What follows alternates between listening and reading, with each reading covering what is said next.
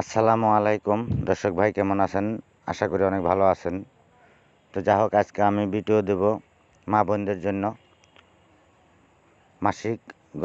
মাসিকের গন্ডগোল হয়তো কারোর রোগ হয়েছে, সপ্তাহ পার হয়ে গিয়ে 15 দিন 20 দিন মাস হইতেছে, হয়তো মাসিক রক্ত ঝরতেছে, হয়তো মাসিকের রক্তটা থামছে না। এরকম যদি রোগী থাকেন তাহলে অবশ্য এই ভিডিওটা দেখবেন, আপনাদের কাম সমাধান করতে পারবেন। আমার ভিডিওটা শুধু মা বোনরা দেখবেন, আর মা বোনদের জন্য এই ভিডিওটা আমি দিলাম। তো কীভাবে ওষুধ তৈরি করে খাবেন আমি ওষুধগুলো দেখাই দিতেছি। এই ওষুধ খাওয়ার আগে আমার ভিডিওটা যখন দেখবেন অবশ্যই চ্যানেলটাকে নতুন হয়ে থাকলে সাবস্ক্রাইব করে রাখবেন। আর যদি সাবস্ক্রাইব করে রেখেছেন তাহলে লাইক শেয়ার অবশ্যই করবেন। আসুন আমি গাছ দেখাবো। প্রথমে আপনাদের গাছ লাগবে হেঞ্চি গাছ, যেটা ছোট চিকন একটা হেঞ্চি আছে, দেখাইতেছি এটা। এই হেঞ্চিটা লাগবে।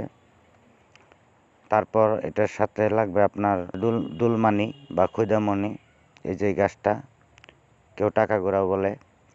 এটাও 3টা গাছ শিফা সহকারে উঠিয়ে নেবেন।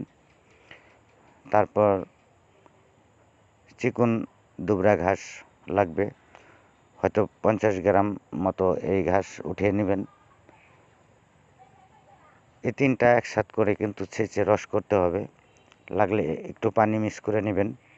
4 কাপের 1 কাপের পরিমাণ পানি দিয়ে এটা ভালো করে ছেঁচে রস করে নেবেন। তারপর ছেঁকে রসটা হয়তো গ্লাসের মধ্যে উঠিয়ে নিলেন। তারপর আপনাকে কী করতে হবে, 5টা গোলমরিচ ভালো করে বেটে এই রসের সাথে দিয়ে খেতে হবে। তো সকাল বাসি পেটে খাবেন, যাদের মাসিকের রক্ত ঝরতেছে সকাল বাসি পেটে খাবেন।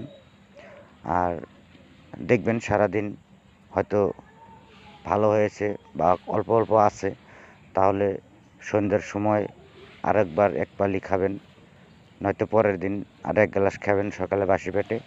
ইনশাল্লাহ আপনাদের যেটা রক্তর সমস্যা ওইটা বন্ধ হয়ে যাবে। আপনাদের ডাক্তারখানায় বা অন্যান্য কবিরাজের কাছে দৌড়াতে হবে না। এই ভিডিওতে আপনাদের সমস্যার সমাধান হয়ে যাবে। তো কি বলছি বুঝতে পারছেন? অবশ্য আপনারা ভিডিওটি দেখবেন। আজকের মতো এই পর্যন্তই, দেখা করব পরবর্তী সময়। আসসালামু আলাইকুম, খোদা হাফেজ।